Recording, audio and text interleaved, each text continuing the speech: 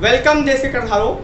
Today we are going to find answers of some questions which are very important for our daily life and daily day-to-day activities, like why we are able to walk on the road. Road पर क्यों चल सकते हैं? जब bullet से gun fire होती है तो हम जो गन है वो हमारे ऊपर क्यों फोर्स लगाती है? ठीक है, तो इस तरीके के जो फोर्सेस क्वेश्चंस हैं इनका आंसर आज हम लोग ढूंढेंगे। ठीक है, और ये क्यों होते हैं, इनका रीज़न क्या है, कैसे ये एग्जिस्ट करते हैं, ये सारी चीज़ें हमको समझनी है। लास्ट लेक्चर में आप लोगों ने पढ़ा है फोर्स के बारे में। ठीक है, Newton second law of motion. वहाँ से अब हम लोग कंटिन्यू करने जा रहे हैं Newton third law of motion. क्या होता है कि जब बुलेट फायर करते हैं गन से तो क्या होता है कि गन जो है वो भी हमारे ऊपर सेम फोर्स लगाती है। जैसे ऐसे फायर किया तो गन जो है, आपने देखा होगा मूवीज़ में, जैसे ही फायर करते हैं तो थोड़ा सा झटका लगता है, या फिर आप सोल्जर जब फायरिंग रेंज आप देखते होंगे वहाँ पर भी ऐसा दिखता है। ठीक है, तो वो क्यों दिखता है, ये सारी चीज़ें हम लोगों को आज समझनी है। इसके लिए हम लोगों को पहले समझना पड़ेगा Newton third law of motion. ठीक है, तो चलिए स्टार्ट करते हैं, हेडिंग काम देते हैं, Newton third law of motion. Newton third law of motion को समझने के लिए एक छोटा सा एग्जांपल लेते हैं। क्या होता है जब आपका फ्रेंड आपको थप्पड़ मारता है? क्या होता है? बदला लेने के लिए आप भी जवाबी कार्रवाई करते हैं ना। ठीक है, जैसे ही वो कुछ करता है उसका तुरंत रिएक्शन आपके अंदर से निकलता है और जाके आप उसको मार देते हैं, पीट देते हो, तो ज़्यादा नहीं करते। ठीक है, मम्मी जब आपको डांटती हैं तो क्या होता है, भले ही कुछ नहीं है तो अंदर से गुस्सा आती है, गुस्सा जो है वो रिएक्शन के फॉर्म में बाहर निकलता है। ठीक है, तो सेम यही चीज़ जो है वो जो नेचर में है वही फिजिक्स में भी है कि अगर कोई एक्शन होगा तो उसके अपोजिट में एक रिएक्शन होगा। ठीक है, तो यही Newton third law of motion है। To every action there is equal and opposite reaction. Action जो है वो फोर्स है और रिएक्शन जो है वो भी एक फोर्स है। ठीक है, तो क्या है जरा देखिए, इसको एक्शन रिएक्शन लॉ भी कहते हैं, एक्शन रिएक्शन लॉ। ठीक है, टू एवरी एक्शन क्या स्टेटमेंट है, जरा ध्यान से देखिएगा। To every action there is an equal and opposite.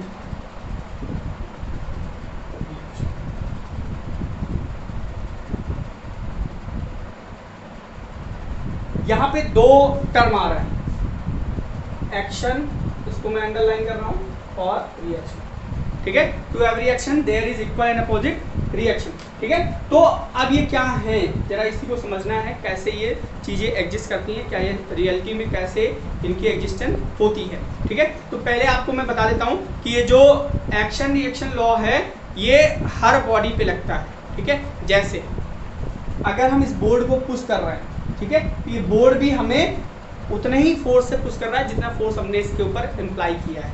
ठीक है, सेम चीजें आगे भी कंटिन्यू करती हैं। ठीक है, कैसे रिएक्शन जो है वो क्रिएट होता है, इस चीज़ों को आज हम लोग देखने जा रहे हैं। तो सबसे पहले कुछ इंपॉर्टेंट पॉइंट्स हैं जिनको आपको बता देना जरूरी है। सपोज करते हैं, पहला पॉइंट ये है कि जो फोर्सेज होते हैं नेचर में, जितने भी फोर्सेज हैं वो पेयर में एग्जिस्ट करते हैं। ये इंपॉर्टेंट पॉइंट है। ठीक है, इससे नोट डाल के ये सारी चीज़ें लिखेंगे। नोट नंबर 1, ये तो लॉ है, इसके बाद इससे रिलेटेड कुछ चीज़ें हैं। एक्शन रिएक्शन का मतलब क्या है कि जहाँ पे एक्शन होगा वहाँ पे रिएक्शन जरूर होगा। जैसे हम रोड पर चलते हैं, रोड अभी हम खड़े हैं, क्यों खड़े हो पा रहे हैं, क्योंकि हमारा जो वेट है, ग्रेविटेशनल पुल है, फोर्स है, वो नीचे की तरफ लग रहा है, डाउनवर्ड लग रहा है, और जो जमीन है वो भी एक अपवर्ड फोर्स हमारे ऊपर लगा रही है, तभी हम स्टेबल खड़े हुए हैं, वरना क्या होता अभी हम जमीन के नीचे होते हैं। ठीक है, तो ये सारी चीज़ें आपको ध्यान में रखनी है। तो पहली चीज़, forces always occur in pairs। मतलब अगर हम किसी बॉडी पे मान लो सपोज करते हैं, यहाँ दो बॉडी है, एक ये है एक ये ए है, ये ए है और ये बी। ठीक है।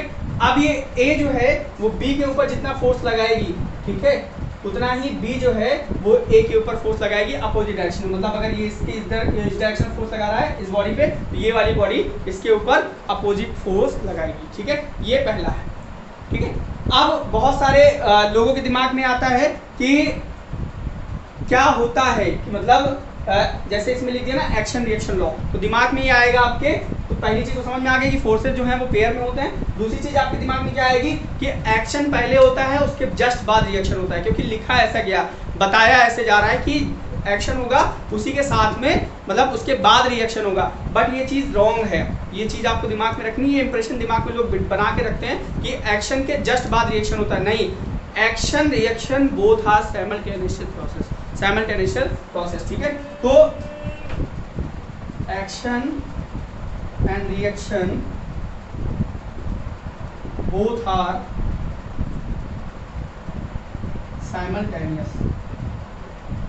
साइमल्टेनियस का मतलब तो आपको पता होगा कि दोनों एक साथ एग्जिस्ट करते हैं, ठीक है। मतलब जैसे ही एक्शन होगा उसके मतलब फटाफट विद इन नैनो सेकेंड मतलब 10⁻⁹ सेकेंड, नैनो सेकेंड में आपका जो रिएक्शन है वो तुरंत क्रिएट हो जाएगा और दोनों एक साथ साइमल्टेनियसली एग्जिस्ट करेंगे। तो ये चीज दिमाग में आपको रखनी है। दैट इज, अगर यहाँ पे देखें, as soon as A applies force on B, B also applies force on A, मतलब तुरंत एट सेम टाइम, ठीक है, एट सेम इंस्टेंट। साइमल्टेनियसली का मतलब हुआ एट सेम इंस्टेंट, ठीक है। अब थर्ड वन पॉइंट जो है वो क्या है कि जो एक्शन रिएक्शन जो है ये दिमाग में आता है कि सेम बॉडी पे लग रहा है। बहुत सारे दिमाग में आता है कि एक्शन रिएक्शन लॉ जो है वो हमेशा सेम बॉडी पे लगेगा, नहीं, action reaction force are not acting on same body. ये एक्शन रिएक्शन लॉ से रिलेटेड कुछ टर्म्स जो बता रहे हैं ना, ये बहुत इंपॉर्टेंट है। इसमें बहुत सारे लोगों को कंफ्यूजन होती है, बहुत सारे लोग ये समझते हैं कि ये सारी चीज़ें होती है, बट ऐसा कुछ नहीं होता है, ठीक है। जो कंफ्यूजन है वो अभी से हम क्लियर कर देते हैं, इसलिए अभी से ले लिया। जैसे action reaction force are acting on a same body, बहुत लोगों के दिमाग में आता है कि इस पे पुल कर रहे हैं तो केवल इसी पे लगेगा और इसी से रिएक्शन, इस पे एक्शन ही हो रहा है और इस पे रिएक्शन भी हो रहा है, बट ऐसा नहीं होता है। क्या होता है कि जरा समझिएगा, यहाँ से समझिएगा इस एग्जांपल को। ए बॉडी जो है वो बी पे फोर्स लगा रही है और बी बॉडी जो है वो ए पे फोर्स लगा रही है, दोनों डिफरेंट बॉडीज हैं। ध्यान से समझिएगा, ए जो है बी पे फोर्स लगा रही है, बी जो है ए पे फोर्स लगा रही है और दोनों डिफरेंट डायरेक्शन में है, ठीक है। तो क्या होगा इसका अगर फॉर्म देखा जाए, अगर इसको लिखा जाए फॉर्म पे, तो force on A by B is equal to होगा force on B by A, F A B, ये सफिक्स में लिखा हुआ है। ए बी का मतलब होगा force on A by B, तो यहाँ क्या होगा force on A by B. अभी यहाँ पे एक चीज मैंने छोड़ रखी है, is equal to force on B by A. यहाँ पे एक जो चीज छोड़ी है वो है माइनस का साइन, क्योंकि अपोजिट डायरेक्शन में फोर्स वेक्टर क्वांटिटी होती है, इसलिए यहाँ पे माइनस होगा। अगर वेक्टर फॉर्म में लिखेंगे तो वेक्टर फॉर्म में आपको पता है इसके ऊपर एरो लगा देते हैं, तो F A B is equal to minus F B A, ठीक है। ये हो गया न्यूटन जो थर्ड लॉ है उसका एग्जैक्ट फॉर्म, ठीक है। Force on A by B is equal to minus of force on B by A, ठीक है। तो ये चीजें आपको दिमाग में रखनी है। अब इससे क्या रिजल्ट निकल रहा है जरा देखिए, overall F A B plus F B A, क्या दिखा, इसको इधर भेज दिया, प्लस का हो गया। Total force acting on system of two bodies, मतलब दो बॉडीज के ऊपर जो फोर्स लग रहा है, सिस्टम ऑफ बॉडीज है, वहां पे जब बैलेंस फोर्स बताया था तो वहां पे हमने सिंगल बॉडी के लिए कहा था, यहाँ पे सिस्टम ऑफ बॉडीज हो जाएगा क्योंकि एक सिस्टम बनेगा, दो बॉडीज का एक सिस्टम है। तो total force acting on bodies, ठीक है, is zero, that is bodies are in equilibrium. ये बॉडीज क्या होंगी, इक्विलिब्रियम में होंगी, क्यों, क्योंकि ये बैलेंस फोर्स होगा, ठीक है। जो नेट फोर्स होगा वो बैलेंस फोर्स होगा, net force is the balance force. तो ये कुछ टर्म्स हैं जो निकल कर आ रहे हैं फोर्स के बारे में, और ये बहुत इंपॉर्टेंट है, ये सारी इन्फॉर्मेशन को दिमाग में रखना है, ठीक है। और स्टेटमेंट तो बिल्कुल दिमाग में रखना है, ठीक है। अब चलिए एग्जाम्पल्स की बात करते हैं। Examples of Newton's third law of motion. ये जितने भी पॉइंट्स मैं बता रहा हूँ ये 1 मार्क्स के क्वेश्चंस के लिए, और जो कंपटीशन देने जा रहे हैं 12th के बाद जो कंपटीशन देंगे बच्चे, ठीक है, वो जेई का हो, मेंस जेई हो, ठीक है, नीट हो, कोई भी एग्जाम हो, वहाँ पे ये सारे पॉइंट बहुत काम आते हैं, क्योंकि वहाँ पर कॉन्सेप्चुअल क्वेश्चन आते हैं। और अगर आपको कॉन्सेप्ट बेस्ड जो है वो सारी चीज़ें तैयार हैं कॉन्सेप्ट बेस्ड, तो आप इजीली सारी चीज़ों को कर सकते हैं, वहाँ पे कोई भी प्रॉब्लम आने वाली नहीं है, ये श्योर है, ठीक है। तो चलिए एग्जाम्पल्स की बात करते हैं।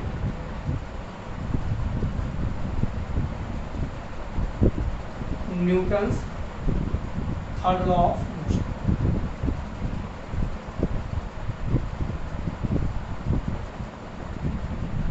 चलिए स्टार्ट करते हैं।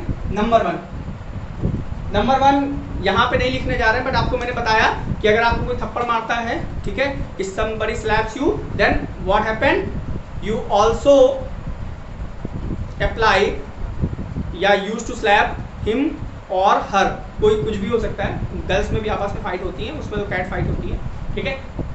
मगर जब पापा या मम्मी मारते हैं या डांटते हैं तो क्या होता है, वहां पे तो आप कुछ ऐसा कर नहीं सकते, बट अंदर से गुस्सा आती है, क्यों हमारे पास ही चले आते हैं, हम ही को डांटते रहते हैं, बड़े भाई को छोटे भाई को कुछ नहीं कहते, हम ही मिलते हैं इनको, जब भी आए तो सुना के चले गए।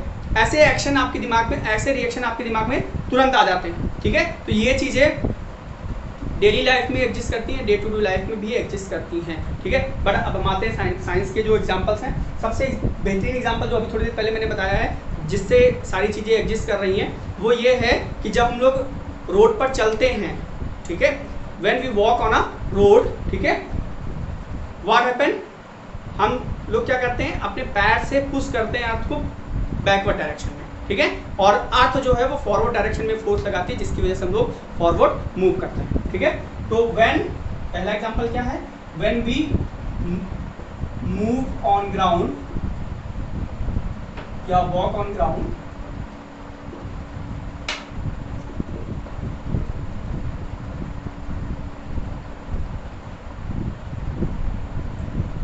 Clear, our ankle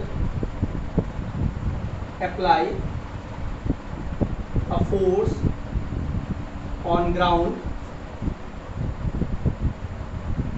and ground also apply, यहाँ पे लिखना जरूरी है इन बैकवर्ड डायरेक्शन, आप लिख लीजिएगा इन backward direction, ground also apply force in forward direction,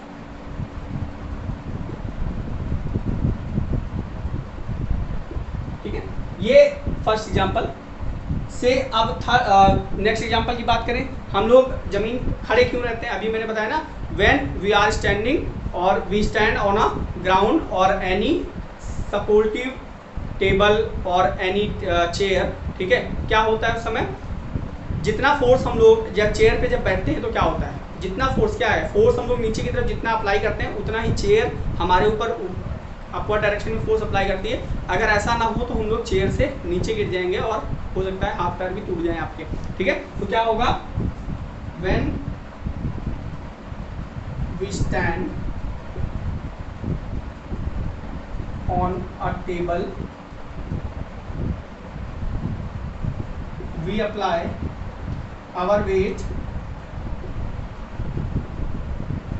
apply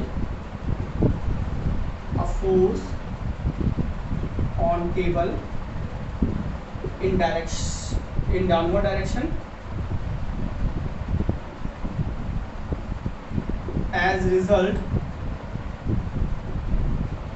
table also apply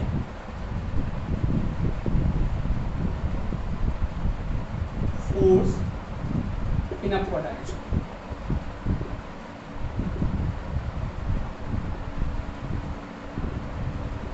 अगर ऐसा ना हो तो हमने बताया ना आपको, वो नीचे आ जाएंगे, आपको पता भी नहीं चलेगा कब आप नीचे आ गए, ठीक है। तो ये सेकंड एग्जांपल हुआ। अब थर्ड की बात करते हैं, ठीक है। ये जरूरी नहीं है कि हम ही खड़े हैं, बुक भी टेबल पे खड़ी हो सकती है, बैग भी टेबल पे आपका खड़ा हो सकता है, कुछ भी जो है वो टेबल पे जब तक खड़ा नहीं रखा है आपने, तो वहाँ पे क्या होगा कि रखा है तो खड़ा हमने जानबूझ के बोला है, रखा है टेबल पे, तो वो जब अगर नीचे क्यों नहीं आ रहा है, क्योंकि टेबल भी ऊपर की तरफ एक फोर्स लगा रहा है, रिएक्शन फोर्स, जिसकी वजह से वो स्टेबल इक्विलिब्रियम में है। ठीक है, तो यहाँ पे आप कह सकते हैं कि we are in stable equilibrium. ठीक है, अब बात करते हैं और भी हैं एग्जाम्पल्स। दिवाली में आप लोगों ने रॉकेट छुड़ाए होंगे। ठीक है, क्या करते हैं, रॉकेट होता है ऐसे, अब इसको लिखने नहीं जा रहा है सेंटेंस में, अब आपको भी लिख सकते हैं। ठीक है, तो यहाँ पे रॉकेट है, रॉकेट में बेसिकली जो एस्ट्रोनॉमिकल रॉकेट होते हैं जो स्पेस में भेजे जाते हैं, वो रॉकेट या फिर मिसाइल वगैरह होती है, उसमें क्या होता है, उसमें फ्यूल होता है। ठीक है, लिक्विड फ्यूल होता है, लिक्विड फ्यूल जब आपस में इंटरेक्ट करता है तो पीछे की तरफ गैसेज छोड़ता है, और वो जो गैसेज होती हैं वो कुछ इस तरीके से बाहर निकलती हैं गैसेज, और जब गैसेज इस तरफ निकलेंगी, ठीक है, पीछे की तरफ निकलेंगी, तो ये इसके ऊपर एक आगे फोर्स लगाएगा। ठीक है, जिसकी वजह से ये आगे जो है रॉकेट जो है वो ऊपर जाता जाता है। ठीक है, ये आपका एक्शन अगर हुआ तो इसके अपोजिट में एक रिएक्शन हो जाता है due to Newton third law. ठीक है, दोनों एक साइमल्टेनियसली होते हैं और ये रॉकेट जो होता है वो आगे की तरफ प्रोपोगेट करती है। ठीक है, तो ये है third example, motion of rocket. और जो आपका रॉकेट होता है, जो हम लोग दिवाली वगैरह में लगाते हैं, वो रॉकेट कैसे काम करता है, ध्यान से समझिएगा। वो रॉकेट जो है उसमें आपको पता है कि जो एक्सप्लोजिव भरा होता है, उसमें आप जैसे ही आग लगाते हैं तो क्या होता है, वो एक्सप्लोजिव पीछे की तरफ निकलता है। ठीक है, तो जब पीछे की तरफ निकलेगा तो वो आगे, चूंकि आप पता है पेपर का बना होता है, पेपर बहुत हल्का होता है, लाइट होता है, तो उस पर बहुत ज़्यादा फोर्स लगाता है, जिसकी वजह से बहुत हाइट तक चला जाता है। ठीक है, तो यहाँ पे क्या होगा, कैसे लिखेंगे आप इसको, when liquid fuel interact with each other, they releases some gases which throw out through the propeller. ठीक है, and the gases also apply equal force in upward direction, so that rocket can move in upward direction. ठीक है, rocket जो है क्यों ऊपर जा रहा है, क्योंकि जो गैसेस का रिएक्शन फोर्स है वो ऊपर की तरफ लग रहा है। ठीक है, अब ये हो गया इसका। अब आते हैं फोर्थ एग्जांपल की तरफ, स्विमिंग इन वाटर। कोई भी वाटर हो सकता है, स्विमिंग पूल का वाटर है, रिवर का वाटर है, ओशन का वाटर है, कोई भी वाटर हो सकता है।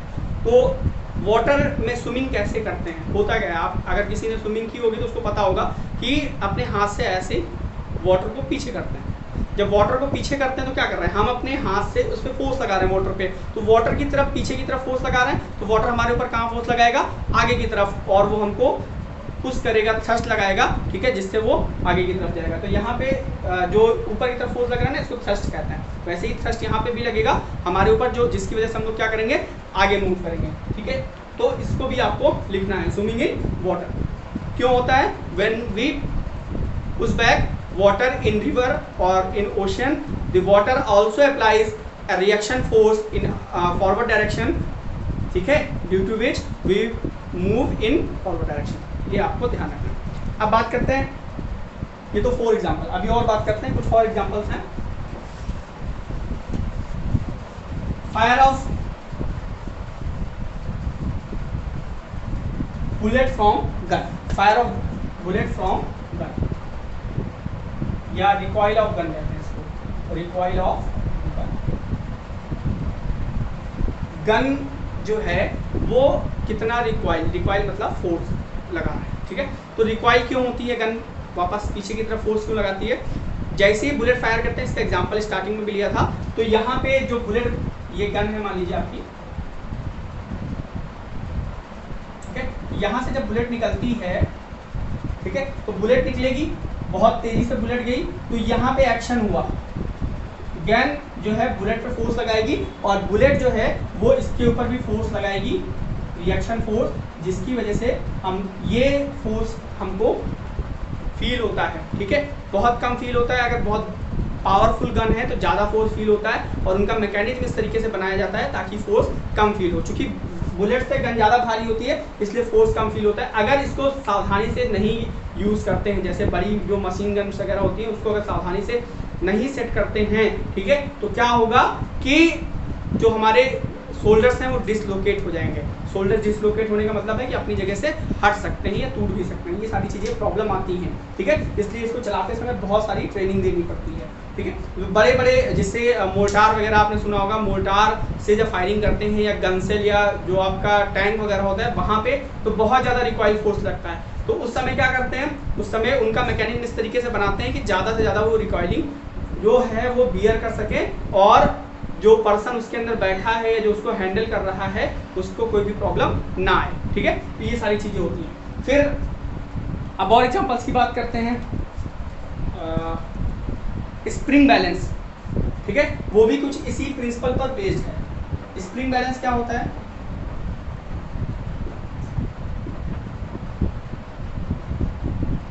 स्प्रिंग बैलेंस हम लोग वेट मेजर करते हैं, ठीक है।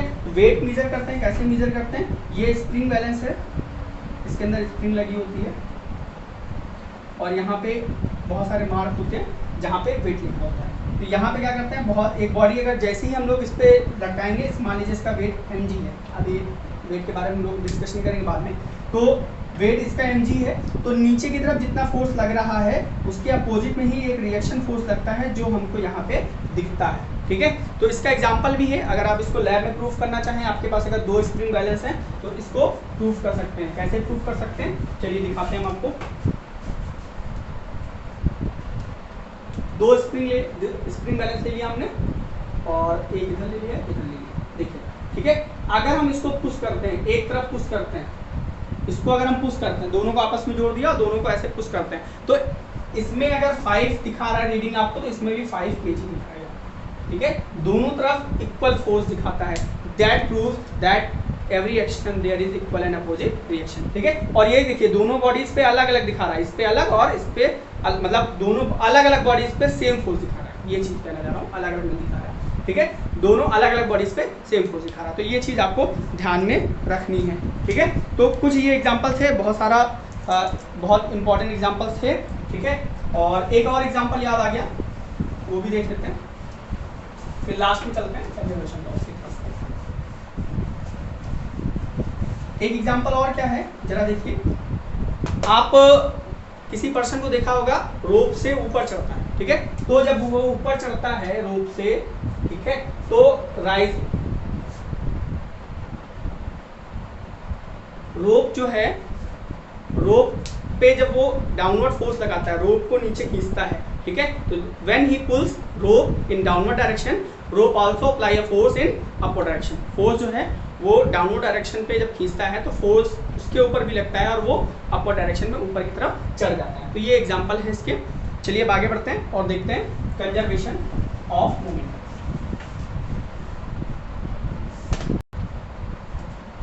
कंजर्वेशन ऑफ मोमेंटम की बात करते हैं।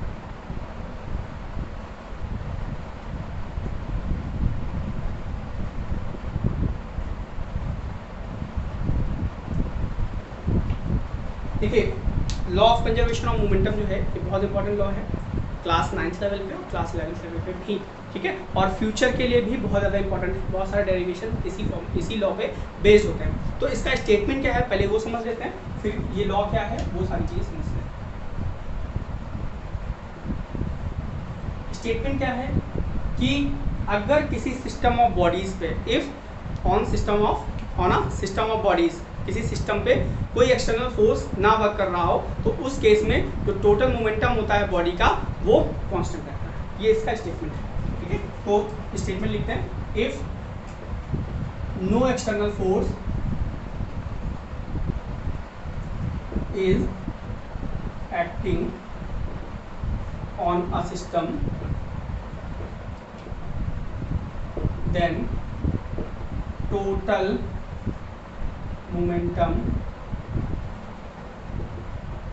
of system remains constant।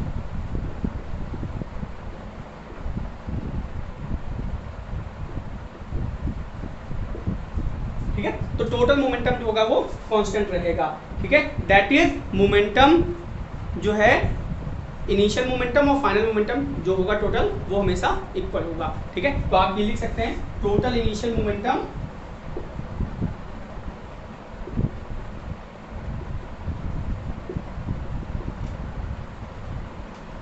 will be equal to the total final momentum।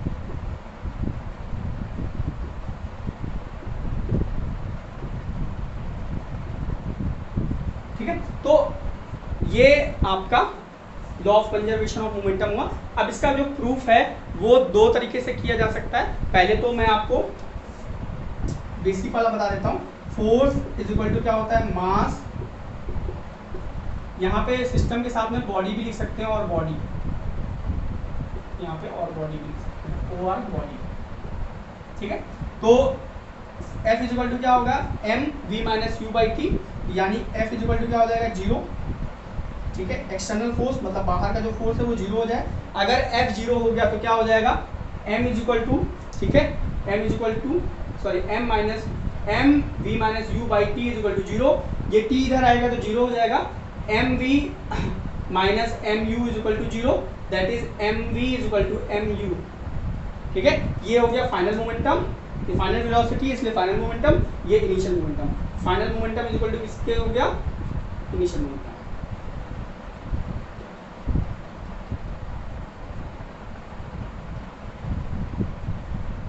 ठीक है, तो ये सिंगल बॉडी के लिए बहुत आसान है इस तरीके से करना। ठीक है, इसको समझना भी बहुत आसान है, इसको कोई प्रॉब्लम नहीं होगी। ठीक है, अब बात करते हैं for system of two bodies. ठीक है, conservation law for system of two bodies, और उसको प्रूव करेंगे हम लोग with the help of Newton's third law. ठीक है, तो चलिए स्टार्ट करते हैं।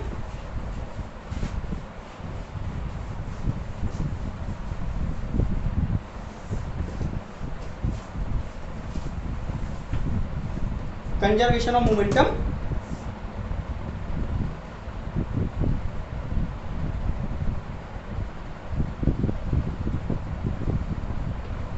for two bodies system, two bodies ये पूरी हेडिंग है। ठीक है, अब चलिए देखते हैं टू बॉडी सिस्टम के लिए कैसे इसको प्रूफ करना है। फॉर सपोज कर लेते हैं एक बॉडी ये है, दूसरी ये है, ये ए है, बी है, इसकी इनिशियल वेलोसिटी u1 है, इसकी ua और ub मान लीजिए, ua और ub, ua for initial velocity of a and ub for initial velocity b। ठीक है, and they interact with each other, दोनों एक दूसरे से इंटरेक्ट कर गए। ठीक है, इंटरेक्शन ड्यूरिंग इंटरेक्शन, ये बिफोर इंटरेक्शन, ड्यूरिंग इंटरेक्शन और आफ्टर इंटरेक्शन जो हो गया, वो दोनों की वेलोसिटीज जो हो गई वो a है, ये b है, कुछ भी हो सकता है, b है और b भी हो गए, दोनों की वेलोसिटीज क्या हो गए, v और v। ठीक है, तो अब इसको Newton third law of motion से हम लोग प्रूफ करने जा रहे हैं। Conservation of momentum, total momentum before interaction is equal to the total momentum after the interaction. ठीक है, तो देखिए ये वाली बॉडी जितना फोर्स इसके ऊपर लगाएगी, ठीक है, F इसके ऊपर जो फोर्स लग रहा है एफ ए बी, इसके वजह से, ठीक है, force on A by B, और सिमिलर टाइम पे जो ये वाली बॉडी है इसके ऊपर भी फोर्स लग रहा होगा F B A due to this, इस डायरेक्शन में। ठीक है, force on B due to force on B by A. ठीक है, अब मोमेंटम फोर्स निकालना है तो एफ ऑन ए, फोर्स कितना होता है, एफ ए बी अगर निकालें, force on A, force on body A, इसको हम लोग ए बी से भी लिख सकते हैं, एफ ए बी। तो F A B equal to क्या होगा, force on A by B ही तो है, mass change in velocity, final velocity A की क्या हो जाएगी, वी ए, और इनिशियल वेलोसिटी क्या हो जाएगी, ए की यू ए, अपॉन में क्या हो जाएगा, टी। ठीक है, और मास ए का मास ए। ठीक है, तो फोर्स ऑन बी अगर निकालें, बॉडी बी पे फोर्स कितना लग रहा है, F B A is equal to क्या हो जाएगा, एम बी, और वेलोसिटी क्या हो जाएगी, V B minus U B. देखिए M is equal to V minus U by T होता है, वहां से।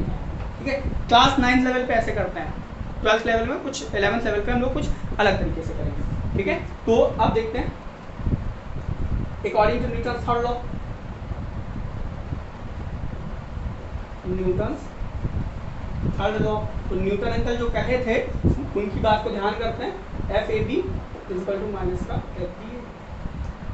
ठीक है, अब दोनों को इक्वल कर दूं, क्या हो जाएगा, M A V A minus U A by T. अब देखिए ये दोनों बॉडीज एक सिस्टम की तरह बिहेव कर रही है, मतलब दो बॉडीज का एक सिस्टम, सिंगल की बात है। अब इस इक्वल टू क्या माइनस ऑफ एम बी, जरा इसकी वैल्यू रख दीजिए, M B U B V B minus U B upon में टी। देखिए अब आपको सब कुछ दिख रहा होगा, ठीक है, क्या दिख रहा होगा, टी से टी कैंसिल आउट हो गया, दोनों के टाइम सेम है ना, साइमल्टेनियसली फ्री आपके लिए चीज।